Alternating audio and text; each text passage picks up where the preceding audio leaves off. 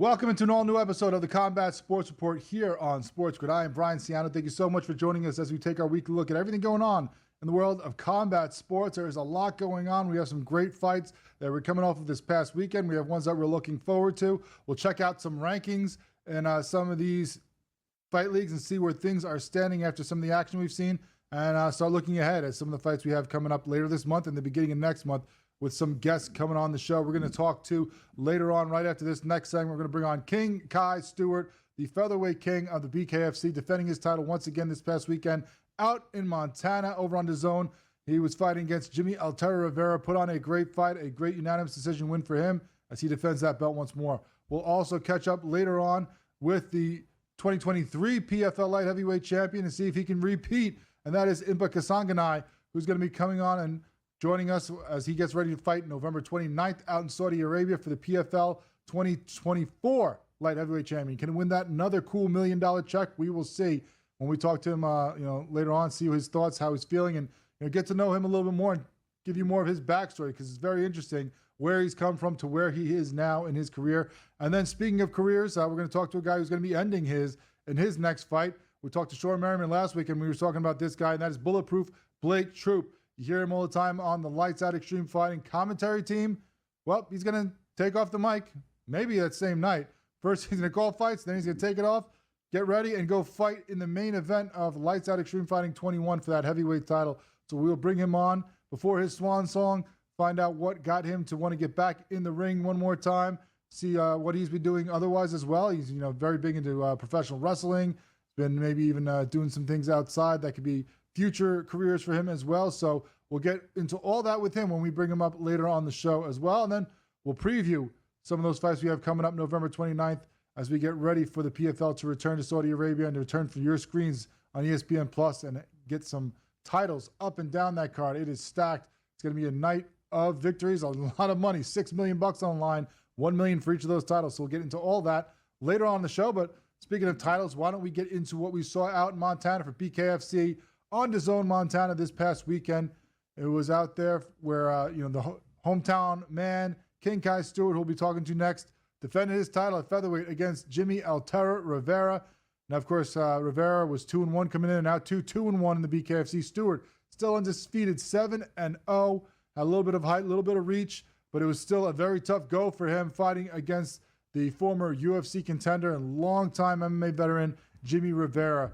It was a very tough fight throughout. Dan Mergliato was reffing this, which we'll talk about in a second. Well, why are we bringing up that name? Well, just like in most sports, if you know the ump, the ref, anybody who's calling it, anybody who's making sure the rules are followed, if you know their name, sometimes that's a bad thing, and it was in this case. And this is the guy who, all flowers to him, one of the best referees in combat sports, one of my favorites, one of the guys, usually for doing great things. But in this fight, first two rounds, very interesting. Both guys, I felt, got dropped in the first and second round. I thought that Jimmy Rivera landed one in the first round on Kai Stewart. Called a slip, right back into action. Second round, both guys get one on each other. First, Kai put Jimmy down. Jimmy bounces right back up. Called a slip. Runs right into a right hand from Rivera, then Kai does when he tries to get aggressive again. Gets knocked down himself. Also called a slip. So even though we probably had 3 knockdowns in the first 2 rounds, none of them are called, which could have factored big into the scoring because of the way that things went. First 2 rounds I felt were very tight, very in the clinch, which is where both these guys love to work, but I've especially favored Rivera being the smaller fighter. I felt that he got the edge in both those rounds. I thought that he won both those 10-9. If you give him a knockdown in the first, that makes it a 10-8. That would have factored in later on because 3, 4, 5, where I thought Kai Stewart really shined. It was still a tough fight, still some big hands landed by Rivera over the top. Still some, one slipped in underneath into the body, but the big right over the top, especially the overhand was a big one for him throughout where he could land those. But for most of those rounds, it was Kai Stewart, working from the outside, hitting him with little up jabs, little, straight jabs, all the different things where he can score and get points without getting, punches landed on himself. And I thought those rounds went to him. I thought 3, 4, and 5 went all to Kai Stewart. So then you end up where we ended up with the judges scoring, which was, of course, a unanimous decision victory. That is not the way it goes. We get a post-fight win from even 500. Had a long time where he was just kind of getting run through by guys, multiple losses in a row, took some time off, and since Now he's had 3 fights where he has won all 3 in a row. He gets a unanimous decision victory for this one. Throughout the fight, I felt like Angulo was coming forward slow with those hands up, looking to get in tight, looking to make things happen. But, Lane was the one who really pushed the action more, especially early on. It was a lot of the clinch work, using that kind of half tie plum, where he'd get a lot of uppercuts, especially to the body, some to the head. You saw Angulo bloodied throughout the fight, walking around kind of, like the walking wounded. Had a lot of blood coming, and he kept getting bigger and bigger as the fight went on. Angulo found some success later on. Had a couple times here or there where he was able to even get some shots himself in that clinch and work it the way that he was being worked on him earlier in the fight by Julian Lane. But in the end, Lane does too much from the outside, had great movement, especially towards the end when Angulo started slowing down. As we all know, Julian Lane, he gets better and better as the fight goes on, even sometimes the more he gets hit. And he gets a unanimous decision, 49-46 on 2 judges' scorecards, 48-47 on one of them. The way I had it 49-46 on Lane.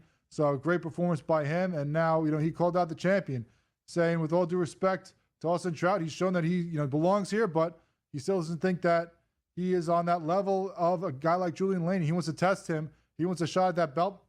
3 fights in a row is good. I don't know if he's going to get there yet. There's plenty of guys in those rankings that might have a different say. But still, great job by Julian Lane, who had an abbreviated camp. He talked about that in his post-fight as well, that he only really got to train for 3 weeks with the way that the Hurricanes came through and ravaged Florida. It kind of screwed up his training camps. Another guy who's got a claim for a title and once he got title shot of his course, Carlo Trinidad Snake, who is still undefeated, 6-0 in the BKFC. The 28-year-old had a great fight against Zach the Juice Jusola. A bunch of knockdowns throughout this fight for CTS. He was just dominating. In fact, in the second round, he had 4 different knockdowns, probably 2016 round.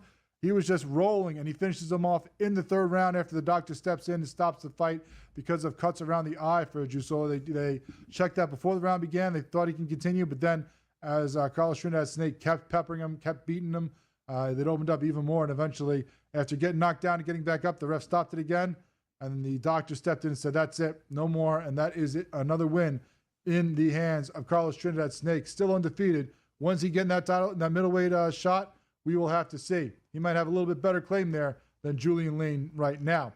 Also on that card, another guy who might deserve a title shot, maybe against King Kai. We'll talk to him if this is the next guy up for him. That was Brandon Superman Allen going against Timmy Mason. Mason was 1-1 coming in. Allen was 4-1. Now he is 5-1. He gets his 5th straight win and just peppering Mason throughout. Mason tried to come in there and bully him, and keep it a different fight than what Allen likes. Allen likes to fight you from the outside. Mason tried to make it a dirty fight, but Allen showed he can fight that as well, using those uppercuts, using those short shots. Every time Mason came in, knocked him down a bunch of times. He ends up getting the victory in round 3, a TKO stoppage for him. So another win for Brandon Superman Allen. Does he get the next shot at featherweight? We'll ask the champ next. Also great wins for Leo Bercier, bouncing back off that Perdomo loss, and Louis Lopez getting off the schneid and getting a victory in his home state as well. Great job by all those guys. Great fights at BKFC on DAZN Montana. When we come back, we'll talk about that main event with King Kai Stewart on SportsGrid.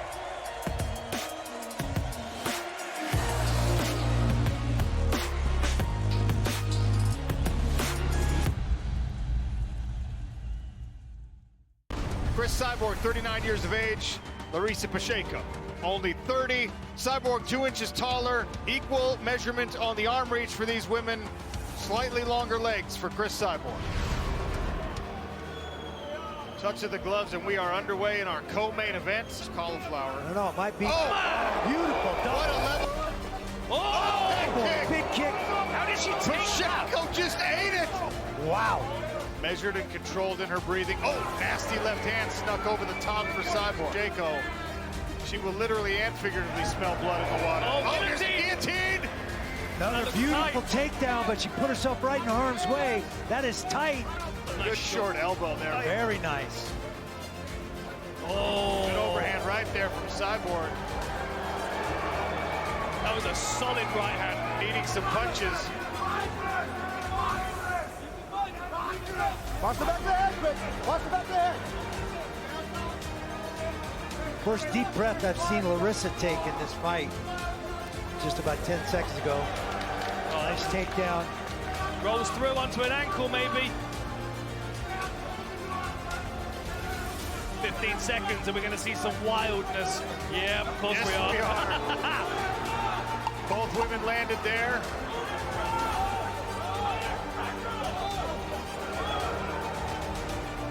They'll swing away to the final bell here. 9-46, I'll have it for the winner by unanimous decision. And now the PFL Superfights Women's Featherweight World Champion, Chris Cyborg!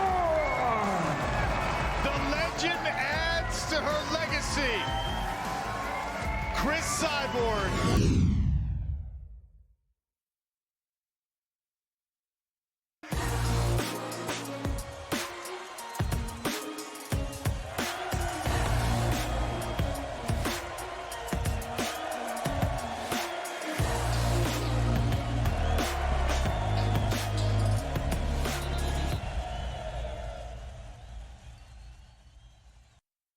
Welcome back to the Combat Sports Report here on SportsGrid. What a great card we had out in Montana this past weekend for the BKFC.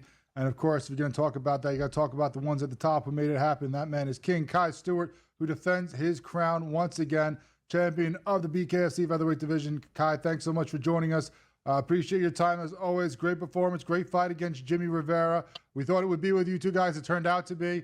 Before we get just into the fight itself, obviously fighting in Montana again. Back at home, you had to go fight in Florida a couple of times to defend the titles the first two times. What did it feel like to get back in front of the home crowd and feel that pop as you were coming out and walking into that ring and you were in there and they're cheering you? You felt like you were feeling it when you were in there. Big Sky Country is the best, and I even texted Conor McGregor before the show, and I just said, nothing matches a Montana energy. There's a lot of There's a lot of deep Irish roots in Montana, especially with the copper mining here. And, Connor's fans were the absolute wildest in the UFC history, and my fans are the absolute wildest in the BKFC history. And they definitely helped propel you, of course, I'm sure, to the victory. You get the unanimous decision win there against Rivera in a tough battle between you two. What did you think of early in the fight, the way it was being, kind of reffed by Mergliata? Because it was weird. It seemed about 3 different times in those first 2 rounds, 2 for Jimmy, 1 for you, where it could have been called a knockdown maybe. And, of course, that scoring could have changed things either way, one way or the other. But, Mergliata let you guys just keep going. And, I've heard of, let him play, let him fight. But what did you think of the way that, the mat was touched one way or another by both of you in that first 2 rounds, and none of them were called for a knockdown? Well, I was battling the same exact thing in Hollywood, Florida against Brian Duran. There were so many knockdowns that weren't called, but you can't leave it in the ref's hands. And it was in the second round. It was my mistake. I had a beautiful knockdown right on the start, and I think I rushed in there a little bit too quickly because Mergliata didn't call it a knock, and that's why I walked right into Jimmy's beautiful overhand right. But, because Dan Mergliata messed that up, I still have not technically been knocked down on paper in my entire combat sports career. So hats off to Mergliata for that one, apparently. But no, I really wish that we could have a little bit better reffing in there. Not saying, Dan Mergliata is one of the best refs in the game, and mistakes happen. They crossed each other out, and it was no harm, no foul. But there's a lot of money. There's a lot of legacy. There's a lot of stuff on the line. So I really hope that those count, for me, for against me. I don't really care, but knockdowns should be knockdowns.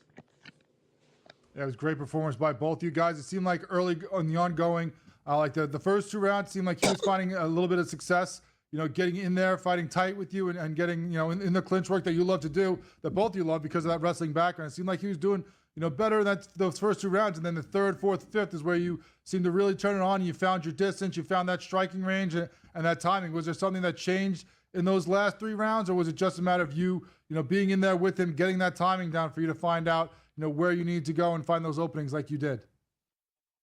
Watching it back and being in there, I definitely felt some frantic, nervous energy. And I do really, really well, but nobody's perfect. I do very, very, very, very well mentally. It's one of the best aspects of my game. But, I'm not perfect. And I had to battle through some first 2 round jitters. And then I I found my pace. I found my motion. I started to feel really, really good.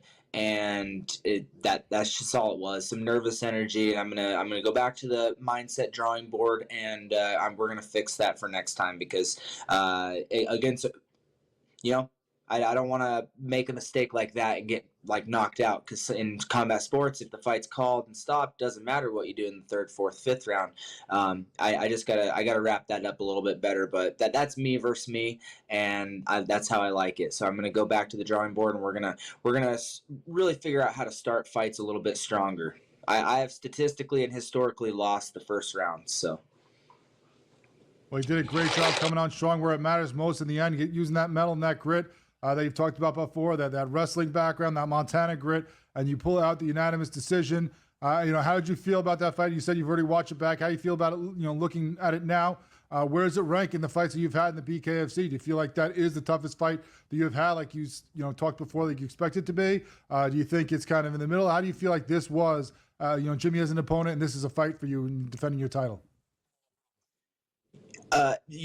First thoughts after the fight, I was a little bit disappointed in myself, just because I really wanted that knockout. But I like I said on the microphone, I'm willing to go to that place, and we went to that place, and I did what I do best. I won a 5-round fight. That's 5-round fights in a row.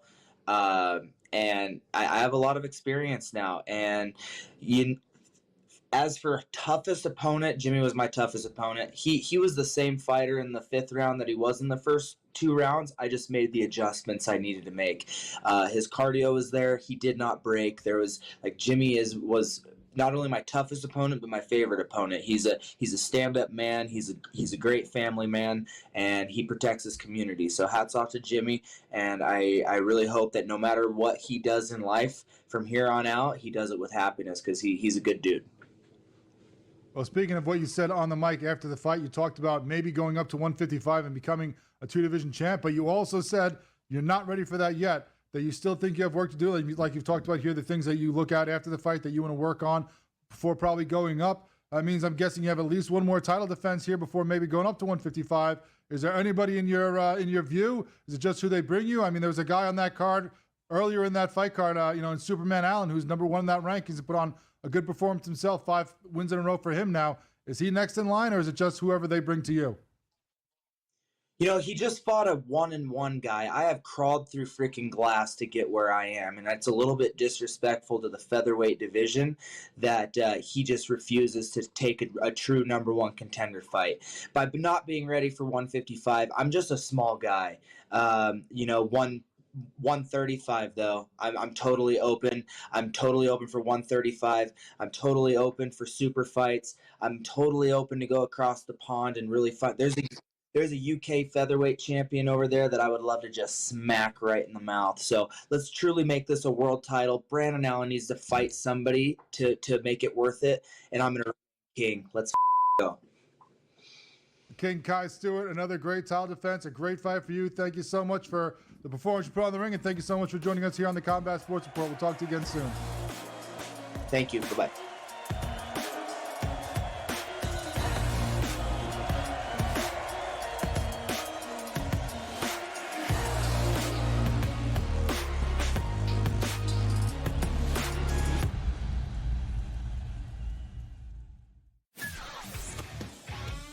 Together, both Devontae Adams and Garrett Wilson had huge nights. Aaron Rodgers loves the 2 big targets, and he says if this is going to happen, going to be very tough on the defense to decide who they want to go after. Adams and this kid, Wilson, I won't deny what they can do, but nobody else does jack. Pharrell Coast to Coast, only on SportsGrid. We live in a society right now where everybody's a snowflake, everybody's a cupcake, and everybody thinks that nothing is fair. Everything is like, it's not fair. We should have a better chance. We need more. You know what? I'm old enough to remember when you needed to have a perfect goddamn record to win a college football championship. That's the way it was. 11-1, too bad. Sports Rage tonight, only on SportsGrid. Grandma Bear, who owns the football football team probably comes in, gives a little, oh, man, you're such a good little boy out there. Congratulations, the way you coach this football team. I'm never going to fire you. Totally, I missed you pinching your own cheek. As I was that's what your looking down grandma and did does, not right? know we were getting. Oh, Donnie, you got such a good show there with that guy named Ben. Like, that's what your grandma will do to you when he goes here on Thanksgiving or Christmas, The Early Line, only on SportsGrid.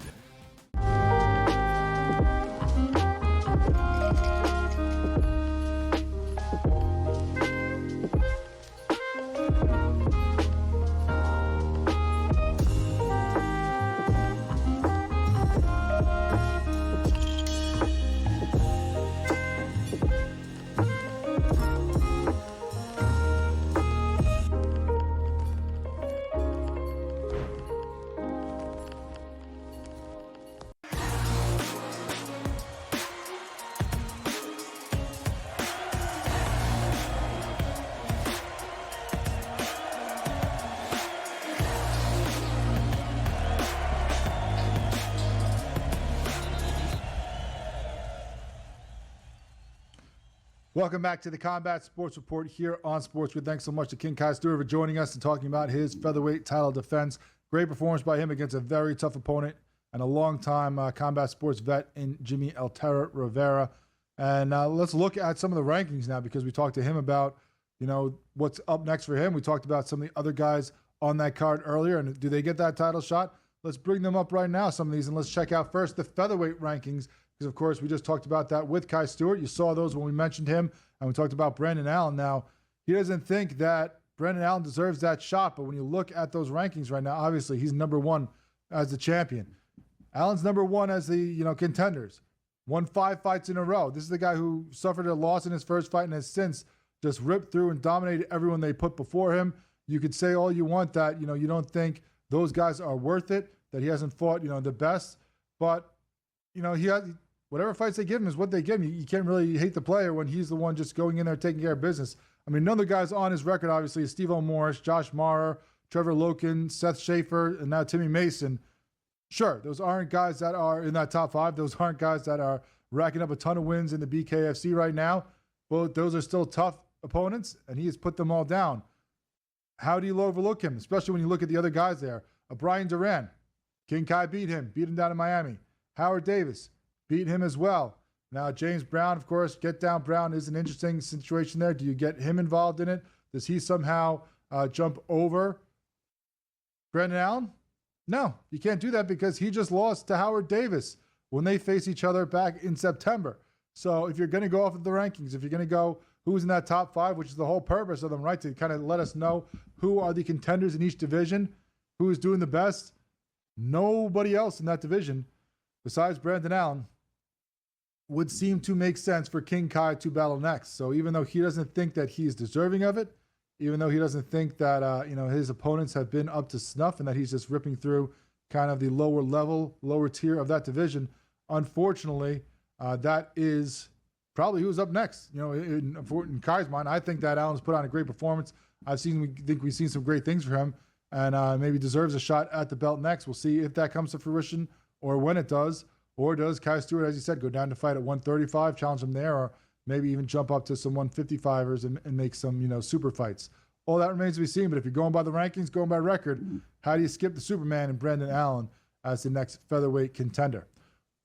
Also, let's look at welterweight, because we had some big names, performing in that one. Of course, also no doubt Trout still undefeated, holds that belt. But when you look at the rankings, they got Trinidad Snake number 1. Lindsey, Franco, Connor Tierney. Now, Tierney's kind of rebounding off a couple losses. Rico Franco just lost his fight.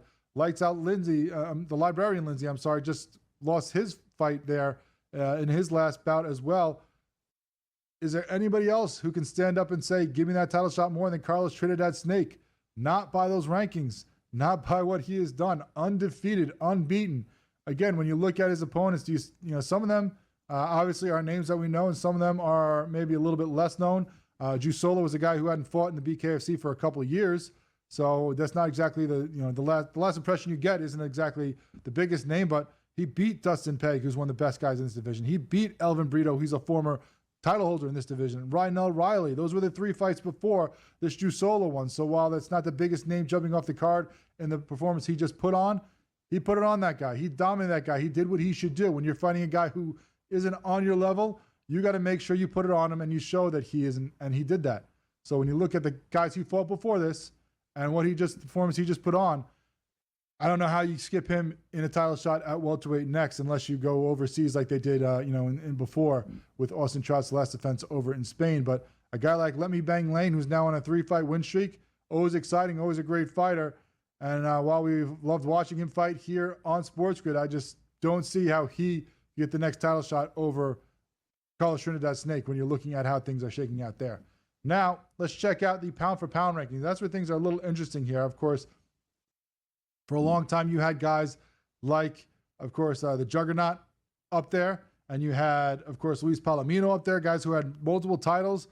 Not there anymore, as both of them have, had their belts taken away or lost. So now, when we look at it the way it is after these last couple of months that we've had, Dave Mundell, the redneck, 9-1 up there, and deservingly so. He's, taking care of business every which way. Underneath him, Mick Terrell, the heavyweight champion. Little interesting, Arnold Adams, number 3, tied for number 3, who no longer holds that belt. Then you have Austin Trout with the title. Then Mike Perry, who has, his belt, the King of Violence, but not a title belt. Then Luis Palomino, and then Houston Alexander, who holds no belt and hasn't fought in a long time. Very interesting, these pound-for-pound rankings. Can't argue number 1, number 2. After that, a little dicey for me, but all that remains to be seen here on the Combat Sports Report.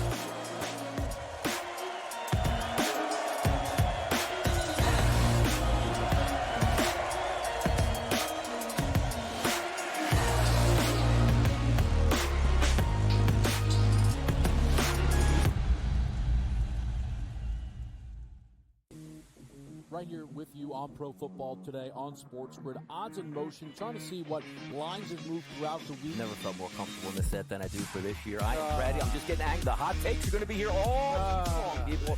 What in the world is going on in Miami, Dom? It's not particularly anything to shy away from just because many people are on top of it. Hot take, hot take. I think this line is asking you once again to take New Orleans. Pro Football Today, only on SportsGrid. We live in a society right now where everybody's a snowflake, everybody's a cupcake, and everybody thinks that nothing is fair. Everything is like, it's not fair. We should have a better chance. We need more. You know what? I'm old enough to remember when you needed to have a perfect goddamn record to win a college football championship. That's the way it was. 11-1, too bad. Sports Rage tonight, only on SportsGrid. Grandma Bear, who owns the football team, probably comes in, gives a little, oh, hey, you're such a good little boy out there. Congratulations, the way you coach this football team. I'm never going to fire you. Totally, I missed you pinching your own cheek as I was looking down and did not know we were getting. Oh, Donnie, you got such a good show there with that guy named Ben. Like, that's what your grandma would do to you when you go see her on Thanksgiving or Christmas, The Early Line, only on SportsGrid. Together, both Davante Adams and Garrett Wilson had huge nights. Aaron Rodgers loves the 2 big targets, and he says if this is going to happen, going to be very tough on the defense to decide who they want to go after. Adams and this kid, Wilson, I won't deny what they can do, but nobody else does jack. Pharrell Coast to Coast, only on SportsGrid.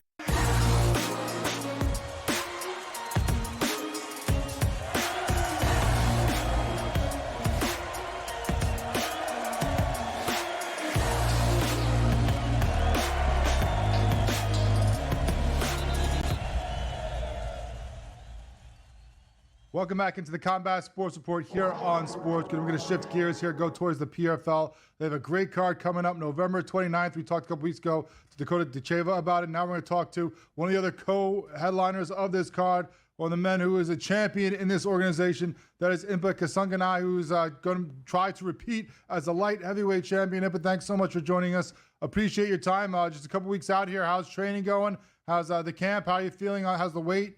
As we get ready for you to go to Saudi Arabia and try to fight for that title again? Hey, man, I'm blessed. So thank you for having me on, Brian. I appreciate you guys. I'm doing what I love. I'm doing what I love. I head out to Saudi Arabia soon, and ready to go claim this victory. It's one of those things you're like, pretty cool. Like I say, oh, what a difference a year makes, right? Challenger Series to champion, now champion to champion, and all the great moments that have happened in between. I'm just very, very grateful. I'm awesome. You know, I have an awesome opponent, excellent opponent, David Sanyak Shamadidov, and I look at it like how blessed of a life I get to live. That's just where I'm at right now. Always a great perspective to have, and you do have that great fight coming up against Jacques Shmuradov. We'll talk about that in just a few minutes, but first, I want to let the people get to know you a little bit more. You talk about being grateful. I mean, coming from where you've been and things you've had to go through to get here, it makes sense. It's pretty easy to be grateful for what you have now. First of all, you know, your parents, you put a great post out on your social media about, you know, how much they sacrificed for you when you won last year, you know, how much it meant for you to do this in front of them. And, you know, you're a guy who, you know, came in here. They did a lot to come here and, you know, set up a life for you. You have 3 degrees in accounting and finance. How long did it take for them with all that they, you know, gone through to get you to where you are, for you to turn around and say, you know what, I'm going to be a fighter instead after all those degrees? Like, how long did it take for them to accept that after doing all this college and all this education? Oh, that's a great question. I mean, my parents were always very supportive from the get-go. Like, they were supportive, like, for the fights that showed up. And I would say they were never not supportive, but they always challenged me. They were like, when I first met people and I started fighting and I wasn't making money, they were like, he's still an accountant. And I look at them like, I'm an accountant. Right? And then we'd laugh. And then, you know, time after time, like, I won. And so I remember this. I told him, I said, if I'm not in the UFC in 2 years, I'll go back and get my CPA. I won on the Contender Series. I didn't get the contract. So I was like, all right, I guess my 2 years are up. I'm not in the UFC. And then my parents are like, no, stick with it because you're doing something with this, right? And that was a really cool moment for me. So, I mean, they were always supportive. Like, they let me stay at their house. They didn't force me to pay rent or nothing. They just loved on me, prayed for me, cheered me on, came to all my fights that they could. And I laughed, actually, when I fought in Riyadh earlier this year. It was a great experience. I fought Johnny Eblin. But when they came to the hotel, they're like, who told you to stop fighting? This is what they treat you like? And it was just really funny. So, I mean, they've been supportive from day one. I think they were just a little shocked when I was like, yeah, I left my accounting job. I'm not getting paid. I'm going to work at a grocery store I used to work at in high school, and I'm going to fight in underwear for a living. I don't think I framed it right when I first spoke to him. Well, you know, at least you didn't tell me you want to be a comedian or something. You know, fighters probably a little step up from that at least. So, you know, it's great that they support you through all this and helped you get to where you are and have been there, you know, behind you the whole way. And, you know, they'll be, I'm sure, with you as you get ready to try to win this title and another $1 million.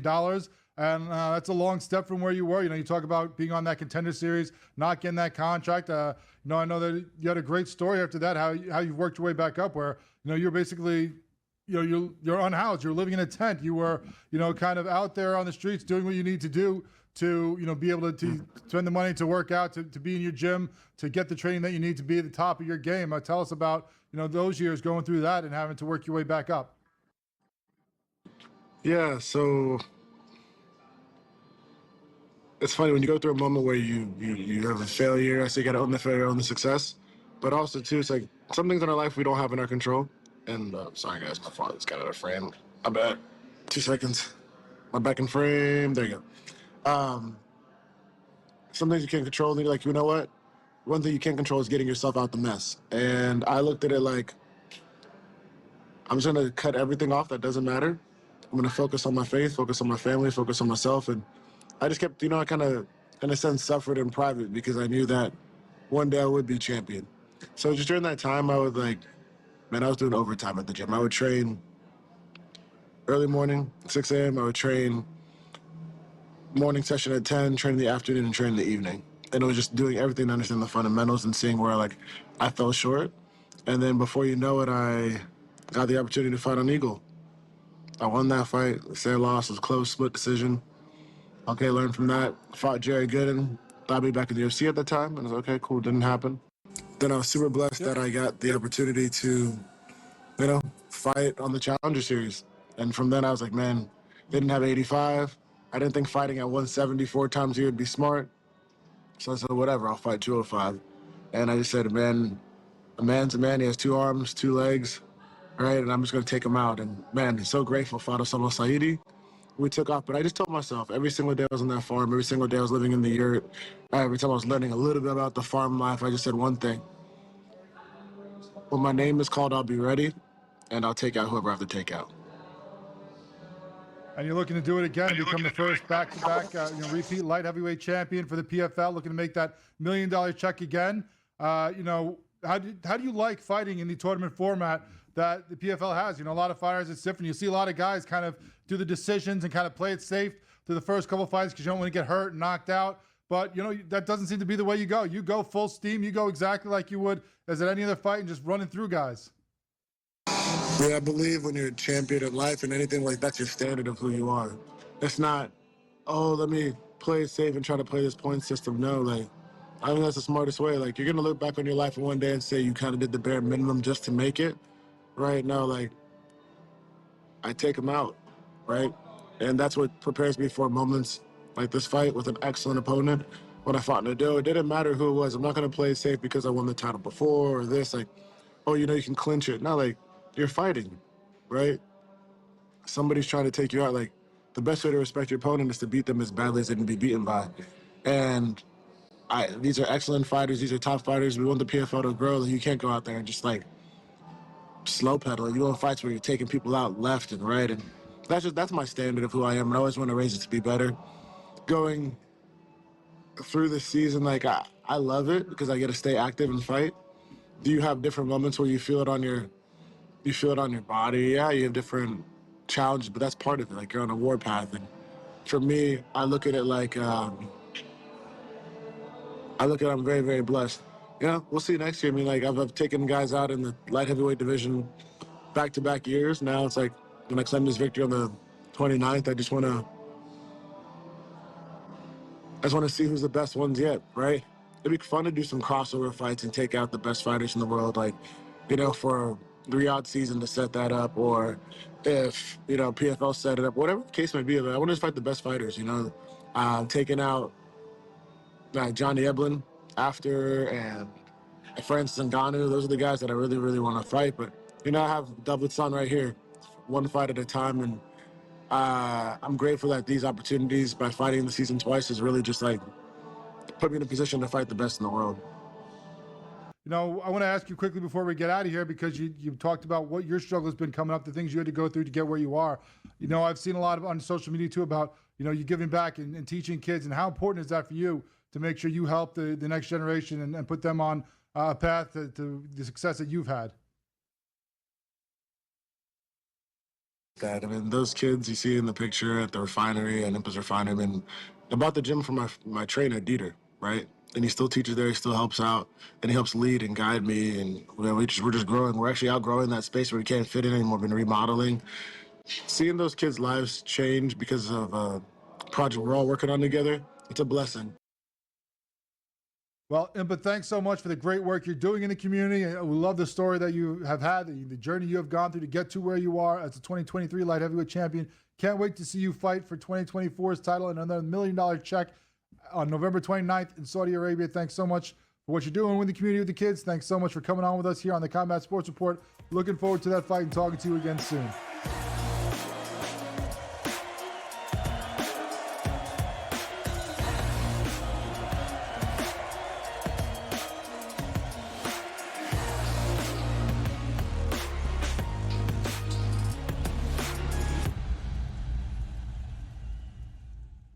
Sharpest football contest show in the land. The Las Vegas Football Contest Show focuses on Circus Sports Million, Circus Survivor, and the Westgate Super Contest, handicapping the games and releasing our contest picks every week of the season. With 2 former Super Contest winners, Brady Cannon and James Salinas, a former NFL player, Mike Pritchard, and over $1 million in contest prize money won combined, the Las Vegas Football Contest Show will have you prepared this season like none other. We live in a society right now where everybody's a snowflake, everybody's a cupcake, and everybody thinks that nothing is fair. Everything is it's not fair. We should have a better chance. We need more. You know what? I'm old enough to remember when you needed to have a perfect goddamn record to win a college football championship. That's the way it was. 11-1, too bad. Sports Rage tonight, only on SportsGrid. My grandma Bear, who owns the football team, probably comes in, gives a little, oh, man, you're such a good little boy out there. Congratulations, the way you coach this football team. I'm never going to fire you. Totally, I missed you pinching your own cheek as I was that's what your looking down grandma and did does, not right? know we were getting. Oh, Donnie, you got such a good show there with that guy named Ben. Like, that's what your grandma will do to you when he goes here on Thanksgiving or Christmas, The Early Line, only on SportsGrid. Together, both Davante Adams and Garrett Wilson had huge nights. Aaron Rodgers loves the two big targets, and he says if this is going to happen, going to be very tough on the defense to decide who they want to go after. Adams and this kid Wilson, I won't deny what they can do, but nobody else does jack. Pharrell Coast to Coast, only on SportsGrid.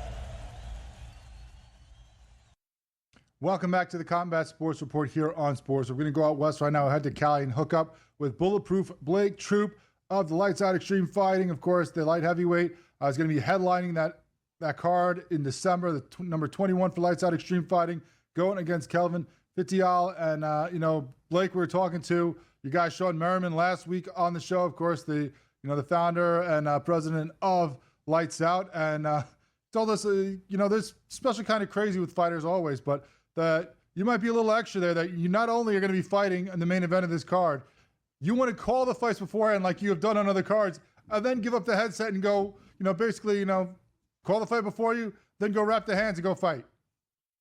You're exactly right, Brian. It's something that's only been done once or twice thus far in the combat sports world, is to come out.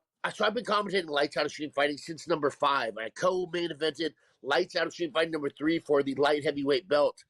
COVID happened and drastically changed things here in California, particularly, as you guys know, just about everywhere outside of the UFC was drastically changed in the combat sports world. As a result, I transitioned into professional wrestling, and commentary, which has been the main focus of my career for the last few years. But they offered me a fight, one more, come back, fight for the heavyweight belt against a very tough Kelvin Fitial. They told me commentate the first part of the card and then go fight in the main event, and it was hard for me to say no. So Bulletproof Troop is back for one more, my man.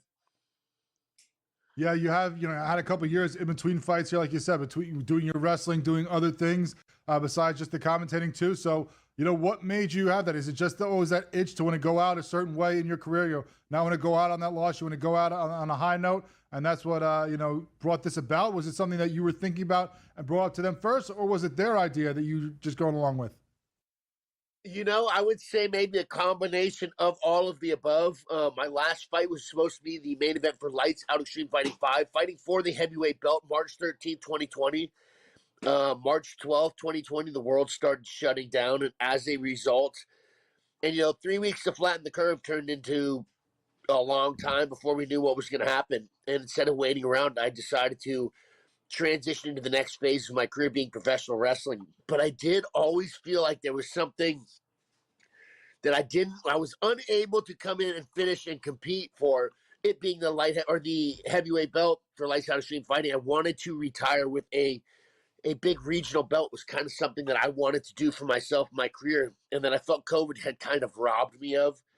I'd accepted that my competitive career in mixed martial arts is probably over. And then when this opportunity popped up and it was presented to me, it was hard for me to say no. And so here I am now, the main event of Lights Out Extreme Fighting 21 coming up December 7th, baby. Biggest fight of my career. And what's it been like for you to get ready for this fight? Were you training the whole time still, and it's just maybe ramping it up a little bit to be a fight camp instead of just regular training? Was it something you had to get back into the day-to-day grind, or what has it been like to get ready for this fight? A little bit of both. So professional wrestling, it's similar to fighting, but it's different. So some of the training would be similar, but definitely different in terms of competitive preparation. I moved to Florida for pro wrestling. And when this fight began to materialize and actually become a serious topic or like thing that we might follow through on, I moved back out here to California. So I trained with my head coach's Rage. He's actually right back here behind me with one of my teammates. Monday, Wednesday, I do my team wrestling training at Black House MMA, which is a very high-level mixed martial arts gym. Guys like Anderson Silva, Leona Machida, Alex Volkov, a bunch of big-name guys I train with there. Tuesday, Thursday, striking with basically one-on-one training my coach Rage, and also like one of what we call our young guns, my guy Dylan Ludwig, who they're back here putting in work right now. And don't forget the name Dylan Ludwig, because you're going to have this kid on here probably in the next few years. Main eventing Lights Out Extreme Fighting, maybe let's say 30 or so. Keep an eye on this kid. But I moved my whole life back to California to prepare for this fight. So it was more than just taking a fight. It was me jumping back completely into the lifestyle of competitive mixed martial arts training. That's a big commitment for sure for this fight. And, looking forward to going out on top. Hopefully, we're looking forward to seeing you get this fight. You talked about the pro wrestling and what you've been doing with that the last couple of years. What was that like for you to make that transition, and how did that come about? Is it something where you grew up a wrestling fan the whole, as a kid and always wanted to get into that at some point, or is it just one of those things where, you go into COVID, you go into, the fights are shut down, you say, what else can I do? And that pops up. So professional wrestling was my first love. I was born in the late 80s.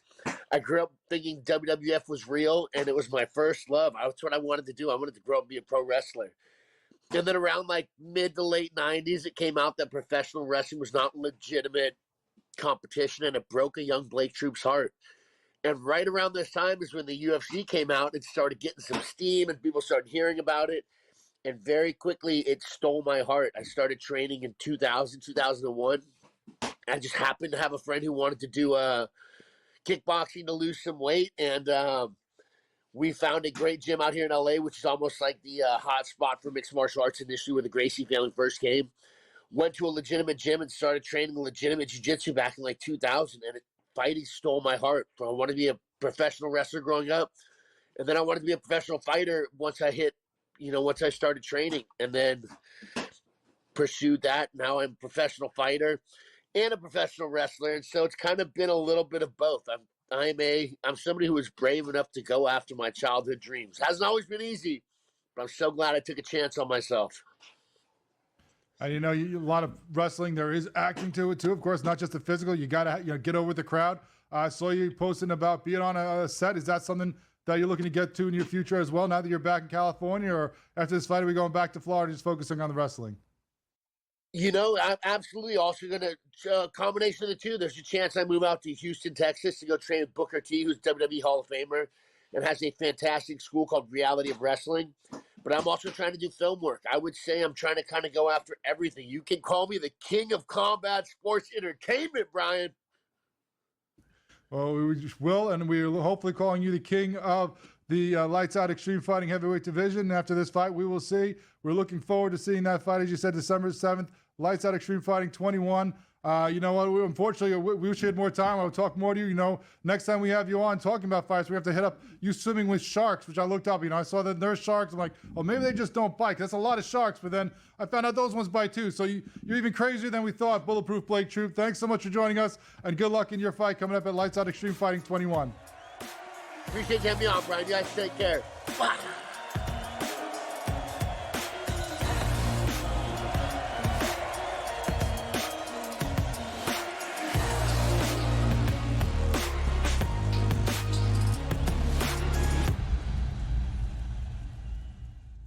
The sharpest football contest show in the land, the Las Vegas Football Contest Show, focuses on Circus Sports Million, Circus Survivor, and the Westgate Super Contest, handicapping the games and releasing our contest picks every week of the season.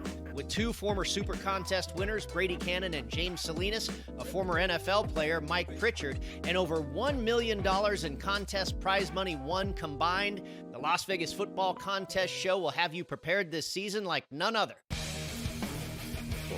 We live in a society right now where everybody's a snowflake, everybody's a cupcake, and everybody thinks that nothing is fair. Everything is like, it's not fair. We should have a better chance. We need more. You know what? I'm old enough to remember when you needed to have a perfect goddamn record to win a college football championship. That's the way it was. 11-1, too bad. Sports Rage tonight, only on SportsGrid. My grandma Bear, who owns the football team, probably comes in, gives a little, oh, man, you're such a good little boy out there. Congratulations, the way you coach this football team. I'm never going to fire you. Totally, I missed you pinching your own cheek. As I was that's what your looking down grandma and did does, not right? know we were getting. Oh, Donnie, you got such a good show there with that guy named Ben. Like, that's what your grandma would do to you when he goes here on Thanksgiving or Christmas, The Early Line, only on SportsGrid. Tony Bennett stepping down and resigning from Virginia right before the season started versus the Villanova team that, folks, I gotta take my glasses off. I can't figure this team out. I can't figure this team out for 2 damn years. And the problem that keeps coming up is the coaching of Kyle Neptune. Betting above the rim, only on SportsGrid.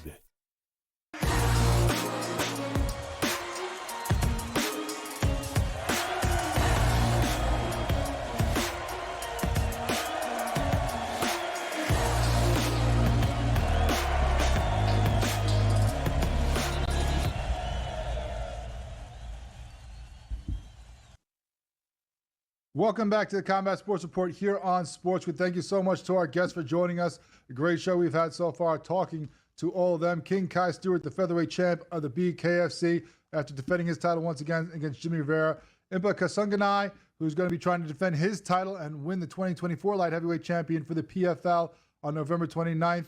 Out there in Saudi Arabia, we're going to talk about that card in just a minute. And, of course, Lights Out Extreme Fighting's heavyweight and commentator, Bulletproof Blake Troop. Appreciate all of them spending their time with us here on the Combat Sports Report on SportsGrid, as we appreciate you spending your time as well. Before we get out of here, let's look ahead and jump back into things with the PFL. We have that great card coming up on November 29th. Of course, Black Friday, going to be an afternoon card, so make sure you're paying attention through all the football and everything else going on. All the sales, you can watch some great fights. Saudi Arabia on ESPN Plus, and it is going to be stacked, as we said before. 6 title fights. That means $6 million on the line, because of the way PFL does things. You get the tournament, you get the playoffs, and the winner of the championship at the end of the season makes a cool mill on top of what they're paid for their fight purse. So you got to be excited about that. A lot on the line for these fighters, pushing them to give their best, give their all, trying to get that belt and that check at Saudi Arabia. So why don't we start looking at it? We got a couple weeks ahead. Let's start looking at some of these fights a little bit. Start from the bottom up. And, usually when you see the fight of the big boys, it's usually higher on the card. This one, at the bottom, one of 6, is going to be the heavyweight title for 2024 between Denis Goldstov and Oleg Popov. 2 Russians going to be battling it out. You can see right there the path they took to get here. Of course, Goldstov, the number 1 seed, beat Tim Johnson in the semis. Popov beat number 2 Linton Vassell in the semis, and now they will face each other to see who wins the title and that check. Goldstov, 35-8 overall in his MMA career, 13-3 in the PFL. 9 of those wins in the PFL by KO. So this guy is brutal. Tall, long, 6'5", 78 inches, 34 years old, veteran. Been in a lot of fights. Been in a lot of fights in the PFL, so he's used to this and the way things go here. Fighting against Popov, who's 19-1 in his career, so an awesome record, but only 3-0 in the PFL. This was his first season in this organization, in this format. Won all 3 of those fights. Going to be giving up some height here at 6'1". A little bit younger, 32, but both these guys 3-0 coming into here. As we know with the PFL, it's not always the case. I think most of them that we're seeing in this one are, and that's awesome because obviously with the point system, you can lose a fight if you make up for it, getting a finish, getting a quick finish to get higher up in the rankings and, then go and win in the bracket for the tournament. But both these guys put all their opponents away. Goldstov, all 3 by finish. Popov, 2 of the 3 by decision. That's a big thing. You're going to see that with a lot of these fights and a lot of these fighters, in this tournament format. Some of them play it safe. They don't go for the finish because of, needing to be ready for another fight in just a couple weeks. So it's sometimes it's harder to take that risk and try to drop the guy or the girl, across from you, because they can open you up just as much, give you an injury, and all of a sudden you're out. No more chance at the $1 million. But that's not the way for Goldstov. Dude went for broke. 3 finishes in all 3 of his fights. Going to be a very dangerous fight for Popov facing this longtime vet. Then when you look at things in the lightweight division for this title fight, Brent Primus from the U.S. going against Gazi Rabadanov, from Russia. Primus is a guy you know well if you've watched Bellator because he was the number one in this competition. He beat Clay Collard to get to the finals. 15-3, most of his wins by submission. And most of his wins before this in Bellator. Had a lot of fights in Bellator before coming over to the PFL when they bought them out and joining this competition. 5'10", 39 years old, going against Rabadanov, the number 2 in this bracket, who beat Michael Dufort to get to this point. 23-4-2. Most of his wins by decision over his career. He's 5'8", so a little bit shorter, a little bit less length on the shots that he's going to be trying to put out. That could be a benefit for Primus as he goes and tries to get those takedowns. Also fought for the PFL and Bellator before did Rabadanov, so he is going to be a long-time veteran in his own right. Both these guys 3-0 in the PFL season getting here. Primus 2 by submission, 1 by decision. Rabadanov 2 by decision, then got a TKO to get himself here in the playoffs. So going to be a battle of wills here, battle of styles. Can Primus get it to the mat and try to get that sub, or is his opponent going to keep it on the feet and try to pepper him with shots? Then welterweight, you have Magomed Umalatov versus Shamil Musayev. Both these guys from Russia. Number 1, number 2, once again, Musayev beat Murad Ramazanov to get here. 19-0-1 in his career, 11 wins by KO. Umalatov, 17-0, undefeated, 11 wins by KO. So look for these guys to be slugging it out. Both of them are 3-0. Bunch of finishes in their path up here. A lot of finishes throughout their career. These guys are going to be looking to finish someone. This is not going to be handing it to the judges. They're going to try to get that check by finish. Can't wait to see these fights November 29th. Can't wait to talk to you all again next week here on the Combat Sports Report on SportsGrid. Thank you so much for joining us. We'll talk to you next week.